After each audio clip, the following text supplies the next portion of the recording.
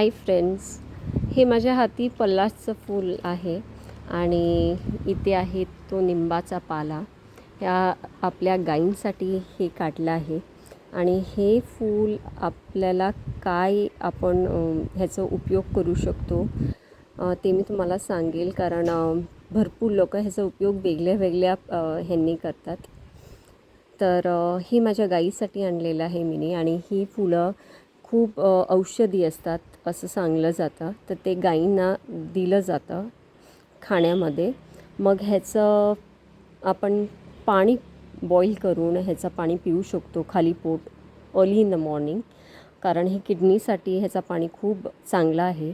दुसऱ्या तिथे मी ऐकतलं आहे की ह्याच्या पाकळ्यांनी ह्याचं मीन्स रंग बनवून त्याला कोण यूज करतात. तर ह्याचा असं उपयोग होते. तुमच्या इथे काय ह्याचं बनवतात आणि काय हे यूज करतात नक्की सांगा मला.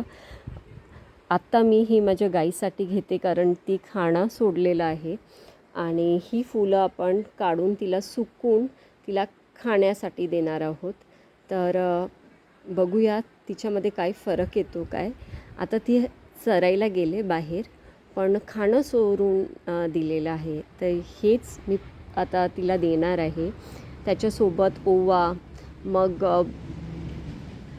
बडीशोप आणि भरपूर काय आहे तसं मी देणार आहे. मी तुम्हाला तो व्हिडिओ नक्की दाखवील मी काय काय देते तिला.